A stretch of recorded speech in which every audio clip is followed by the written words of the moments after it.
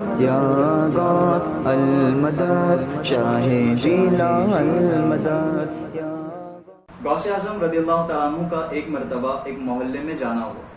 وہاں پر انہوں نے سب سے غریب گھر پر رہنا پسند فرمایا. حالانکہ جو معززین محلہ تھے انہوں نے بہت اصرار کیا کہ حضرت آپ ہمارے گھر تشریف لائیں، لیکن غوث اعظم کو وہ غریب گھر پسند آ گیا تھا. وہ وہیں پر رہے. جو عقیدت مند تھے، جو ان سے محبت کرتے تھے، حضرت سے ملنے آتے، سلام کرتے. کچھ لوگ ان کے پاس تحفہ بھی پیش کرتے.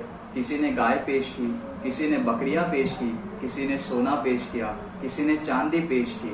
حالانکہ سامان زندگی وہاں پر جمع ہو گئی تھی. حضرت غوث اعظم نے اس ساری چیزوں کو، جو تحفہ ان کو ملا تھا، وہ ساری چیزوں کو اٹھایا اور اس غریب گھر والوں کو دے دیا، اس غریب گھر کو عطا فرما دیا اور وہاں سے تشریف لے گئے.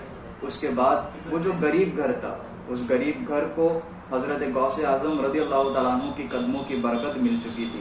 حضرت غوث اعظم کی قدموں کی برکت سے وہ غریب گھر اب غریب گھر نہیں رہا، بلکہ اب وہ امیر گھر بن گیا. سنت کو گھر گھر پھیلائیں، تبلیغ اسلام کریں.